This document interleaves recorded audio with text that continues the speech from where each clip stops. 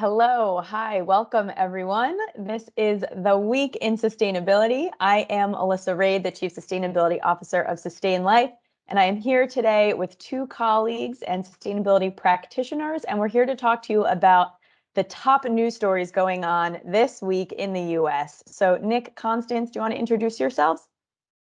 I'm Nick Lusanteg, Senior Manager for Sustainability. Hi, I'm Constance Duke, and I'm the Director of Sustainability for our technical practice.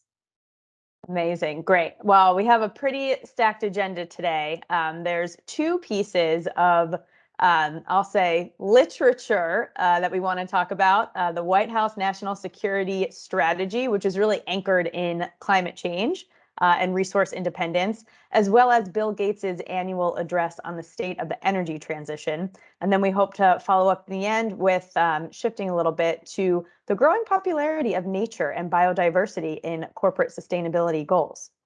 So let's kick it off. The White House National Security Strategy. Super interesting to think that national security, different issue than environmentalism and climate action and change. Certainly, even in in Obama's administration, there was some comparison, but it is kind of crazy to think that climate change is now playing such a key role in our country's national security strategy. And so this was like a 50-page document that came out. It was published earlier in October, just a week or so ago. And it basically goes on to talk about how all of the underlying stresses of the world, COVID, supply chain disruptions, materials and resources, the war in Ukraine, how all of this really collectively combines to really garner the US as needing to be independent. And so much of independence is resource independence and energy independence. And just really incredible to see all of this connection coming in this manifesto. Yeah, I think there's two aspects of where climate and national security overlap, right? There's like energy security and energy independence, which is a vulnerability for us, and we're seeing that real time with the war in Ukraine, Russia's invasion of Ukraine, and supply chain issues with fossil fuels. But then there's this other piece too, which is about how climate change can trigger conflicts, or climate change probably more commonly amplifies existing conflicts or existing social and political problems.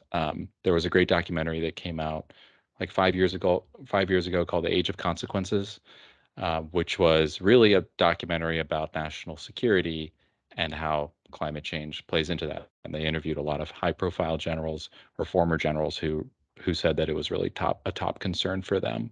Um, Interesting. and another way we've sort of seen it play out recently is with the civil war in Syria, which we can't say that it was caused by climate change at all, but there was a huge drought, the largest drought that Syria had ever experienced on record for 5 years in the lead up to the civil war, which caused widespread crop failure, increasing food prices, and a huge influx of people from rural areas to the cities. And that strained infrastructure. It obviously strained the local economies. And so I think, we can't tie the two together, directly, but I think we can at least say that climate change and the drought were a part of that conflict, or are a part of that conflict. And in the future, there are going to be other events of mass migration from climate change and lots of people moving to other places, and Mhm. it's going to strain existing problems and amplify those existing problems. Yep. I think we can definitely call this a vicious cycle because we're seeing it in other places too, like Afghanistan, for instance, right? And these destabilized countries are going to feel it the hardest. They don't have the infrastructure to deal with climate change. So now you have, I think in Afghanistan last year was 1.4 million environmental refugees, and the drought and the resulting food insecurity, of course, that exacerbates the conflict that is already ongoing in the country. And then we're seeing it in Haiti, we're seeing it in a lot of different countries, India, China, even in the US, we're now seeing climate refugees.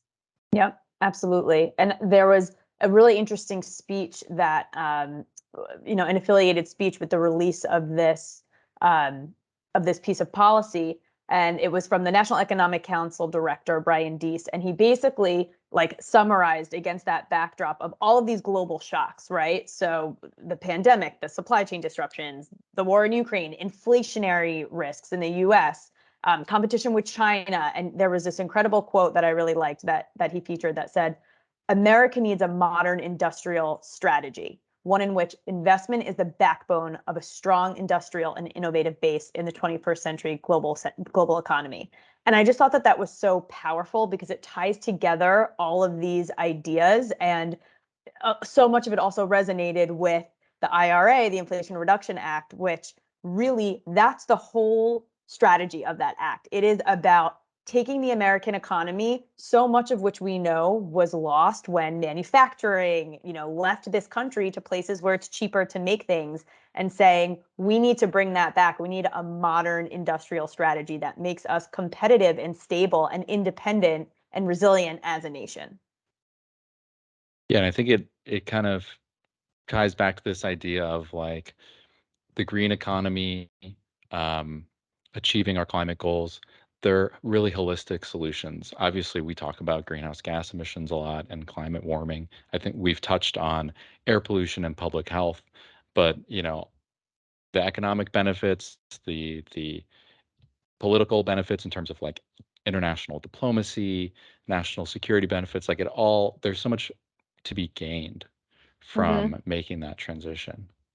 Totally. And it's that same concept of transitioning from climate change as just a pure risk to really identifying it as an opportunity, because there's so much opportunity to invest and grow and adapt and power these incredibly powerful economies. And so that same conversation of going from risk to opportunity, that's exactly what we also hear in comparatively what I guess is a microcosm, but of ESG and businesses, right? Thinking about those criteria from a risk perspective and really identifying, oh no, there's actually an incredible amount of value, of long-term value and resilience that we can unlock as an opportunity here. And I think other countries are recognizing that too. I mean, we've seen investments from China into renewable energy infrastructure for several years now. And I do think this competition with the US and China, or the finger pointing, is kind of interesting when we're looking at the actual investment into clean tech, which was last year, I think 0.05% from China against their GDP and 0.06% from the US against our GDP. So it's still a pretty minuscule investment. So hopefully, this recognition of the tie-in with national security is going to ramp that up too. And obviously, the recent legislation that we've talked about in previous sessions will help with that. Yep, absolutely. It's just incredible to see it all come together, like the economic, the political things that we all like touch and experience in our day-to-day and real lives as well. Like this is not just, I think sometimes it can feel a little maybe like distant, it's just a little more difficult to relate to, the idea of like national security and defense. Like that's not something, fortunately, that Americans are used to experiencing on a day-to-day level. But things like fuel prices and volatility and supply chain and disruptions and the thing you order is on back order for 8 months, those are things that people can, kind of relate to and experience in a more intimate level. And so it's kind of just incredible to see all these things coalescing and interplaying in such a visible and poignant way. Cool. Okay. Well, let's put a pin in that one. There was this other really interesting piece that came out earlier this week, and this was Bill Gates's annual address on the state of the energy transition.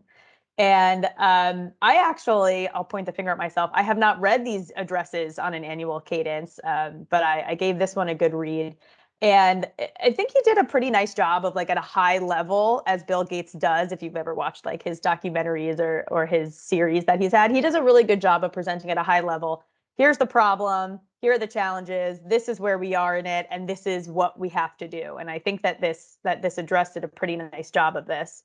And he basically like took a look at it specific to energy, but he's looking at the challenges of emissions by each sector across the global economy. And he divides it into manufacturing, electricity, agriculture, transportation, buildings, the way that we're used to seeing this data provided. And, kind of spoke about for each of those, what are the biggest opportunities and challenges and what kind of investments need to take place to really drive the transition. Like we have these 2050 goals, it's not so far away, like tactically, what is actually required to help us get there? Yeah, and I think one thing that was kind of interesting in how they presented the data was normally when we see sector by sector data, all of those sectors use electricity. But the way he presented it is he disaggregated the electricity so that we can sort of look at everything separate from that. So electricity is its own sector. And Yep. so just a breakdown of the sectors here, manufacturing is 30% of emissions, electricity generation is 26%, agriculture 21%, transportation 16, and building 7. We're used to seeing buildings really high, but that's because they use a lot of electricity. So when you take out the electricity, they're at the bottom. So all the things that we talk about, especially in our last episode when we were talking about cheap renewable electricity, electrification of buildings, that's only really what 33% of the total pie. And now he kind of highlights manufacturing as one of the big hurdles that we're soon going to have to start looking at, especially industrial manufacturing, things like steel production, cement production. These are things where we don't quite know what the solutions are, or the potential solutions we have are really expensive right now. But that's coming up on the horizon. Yeah, there were some glaring figures in this piece when he spoke about specific to manufacturing cement and steel, how there are 0 cement plants in the world and only one steel plant in the entire world that don't produce emissions. And those are like the most heavily used materials in our world. And that kind of really anchored the gravity of the current state of affairs and the challenge in front of us. Yeah, that we have very little time and we still have to invent brand new technologies to make this happen. And obviously from Bill Gates, you would expect a lot of tech solutions to these problems. I know desalination was one of them on there, and we already know about all the challenges associated with that too, the geographic limitations, how energy intensive they are, the distribution challenges. And then obviously the impact on marine ecosystems that are already terribly strained too. So I think a lot of the technological solutions still require us to figure out a lot of things. And so one thing that was kind of a glaring omission for me in all this was just kind of the simplest solutions, the reduction in consumption and behavior change and education and awareness and those types of things.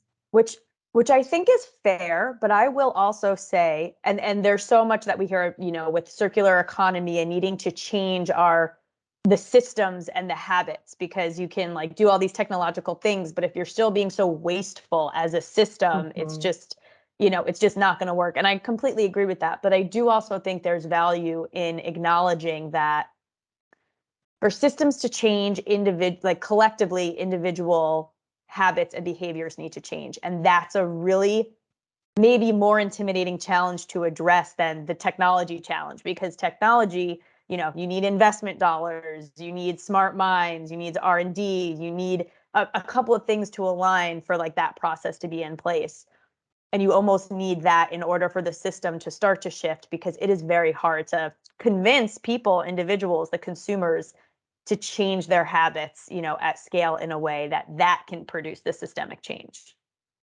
Yeah, I think both are right. There are some areas where we need the infrastructure for people to be able to change their behavior. I thought it was interesting, he calls out air travel obviously as about half of the transportation sector's emissions, and air travel is something we don't have a great solution for.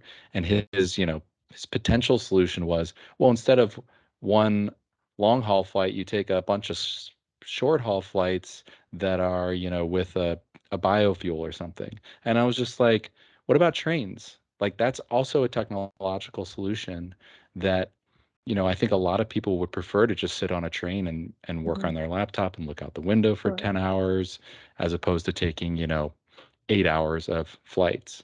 But you can't do that in most parts of the U.S. So I think, in some ways, like the behavior change has to come first. In other ways, like the infrastructure has to come first to facilitate it and make it easier for people. Yep. And let's not talk about some of the other, maybe even more globalized challenges. 3/4 of the global population lives in emerging economies.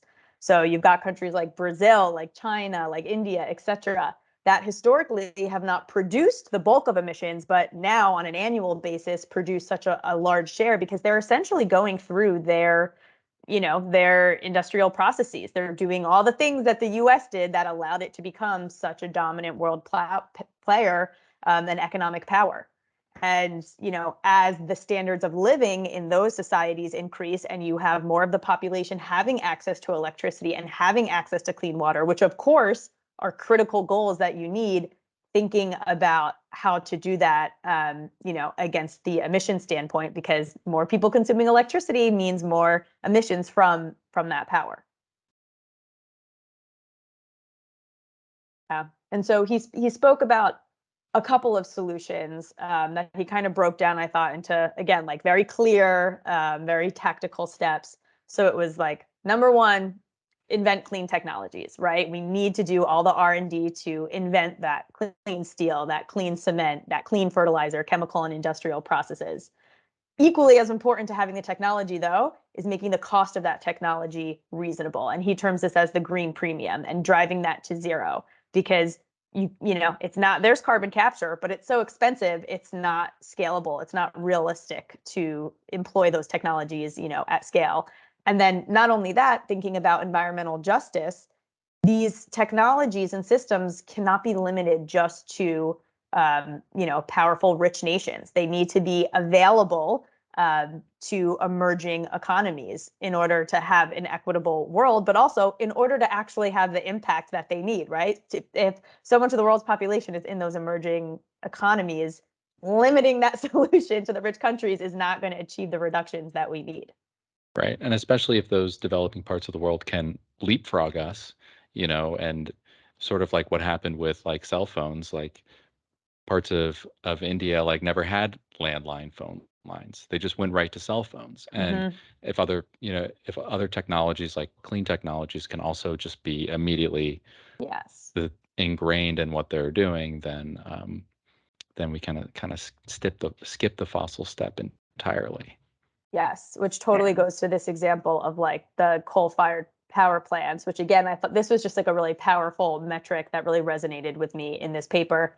But in order to reach net zero, we have to replace all of the coal-fired power plants in the world, right? There's like almost 2,500 of them. We can't have those anymore. We need clean energy. But today in these emerging economies, there's billions of dollars going into building power plants and building it off of the reasonable, affordable technology that exists, which today is a new coal-fired power plant. But then the life of that plant has a 30-year lifespan. You're not going to spend all this money building it. And so it just proves that exact point, Nick, about how it's so important to invest your critical investment dollars into the clean technology and like the superior solution, because it is going to have the staying power. Like that's what you're signing up for decades. Mm-hmm. Almost like a throwback to last week's session where we talked about the cost of renewables going down so drastically. So that definitely puts, renewable energy infrastructure much more into the reach of developing economies. Yep. Yeah. And so, like we've made a lot of progress. There's great things happening. We speak about like how much funding there's been in just venture capital dollars. I think he said $70 billion in VC investment across 1,300 different clean energy startups in the past 2 years. And that's just clean energy. Like there's all of this other peripheral climate tech, stuff that's just specific to energy, which was pretty incredible. But how much more that needs to continue to accelerate. There were some really interesting numbers about what it's really going to cost to get there. And there were some other studies. I know McKinsey did one, and I think they had the higher end of the estimate, saying that annually we need like $9 trillion globally in investment to get to net zero by 2050. So it's like we've done a great job, but we still have to move that decimal over a couple places. And he is counting on corporations to take actions too. So that is a big piece of the puzzle. And he does point out just the incredible rise in climate targets over the past few years. I still think that, it's important to keep in mind that most corporate budgets do not align with the achievement of those targets. So when we're talking about funding, even internally within companies, there are changes that need to happen to truly fund decarbonization and renewable energy transition. But yeah, that obviously needs to be part of the plan, is for corporations to be very much engaged in this. Yep. Yep. And then I think, the last thing he talks about is policy. And I feel like we're in a really good place for public policy right now. There is so much happening in funding bills, in climate disclosure requirements across the global landscape. I mean, in the US alone, just in the past 12 months, we've had the passage of 3 landmark pieces of legislation, right? We have the Inflation Reduction Act, we have the Bipartisan Infrastructure Law, and we have the CHIPS and Science Act. And collectively, those are providing $500 billion in tax credits, loan guarantees, other investment vehicles to fuel this energy transition. And so that's what's incredible about that, is that that's all public funding. And then you think about like the 10x return on what that fuels in the private funding markets. And maybe that's how we get to our $9 trillion a year figure.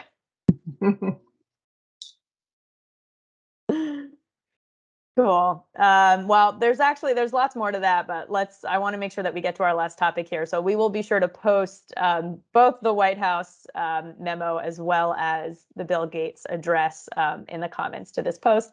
But the last thing I want to talk about, we've spent so much time talking about carbon and technology, and that is so much of what you hear on the news, and it's so much of the focus, and it's, very eye-catching and sexy, and everybody's talking about it these days. But I actually want to talk about what has been also happening kind of in the sidelines, a quieter voice, but growing and gaining momentum, which is the popularity of nature and biodiversity in corporate sustainability goals, and looking a little bit away from just this picture of carbon and this one CO2 or CO2e figure, and taking maybe a more holistic view about nature and land use and biodiversity and impact on the natural physical world.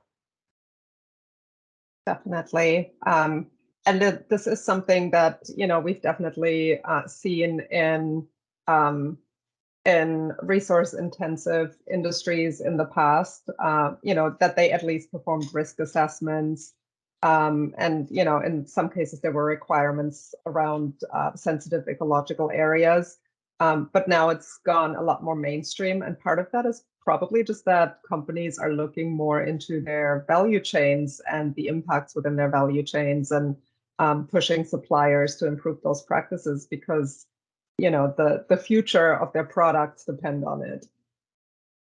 Yeah, and I think it's easy to see how, a logging company or a paper company has a strong self-interest in preserving nature, but it might be a little bit harder to see why an apparel maker like H&M cares about nature within their value chain. What's the source of their self-interest? And part of this comes down to what we generally call ecosystem services, this idea that we derive a lot of products like physical commodities from nature, but also services from nature. So things like water purification, crop pollination, even like genetic material for pharmaceutical development. That's directly related to biodiversity. And so if you sort of try to value all of those services globally in terms of how much they would cost if we needed to purify the water ourselves or pollinate plants ourselves, they add up to about $40 trillion a year. So it's not an insignificant amount. I think a great example, one of my favorite examples of this, everybody knows New York City has great tap water. The best. The best tap water. That's because it comes straight from the Catskill Mountains north of the city. New York City spends about $10 million a year on their stream management program to increase biodiversity in the streams, monitor and maintain healthy streams, because that is a huge resource for us. And I think it's kind of beautiful that that's not even the streams, those water bodies are not even in New York City. Yet we're spending money outside of New York City to preserve them and keep them healthy. Go New York. That's like a real local pride moment for me right there. Yeah, and I think, you know, we're seeing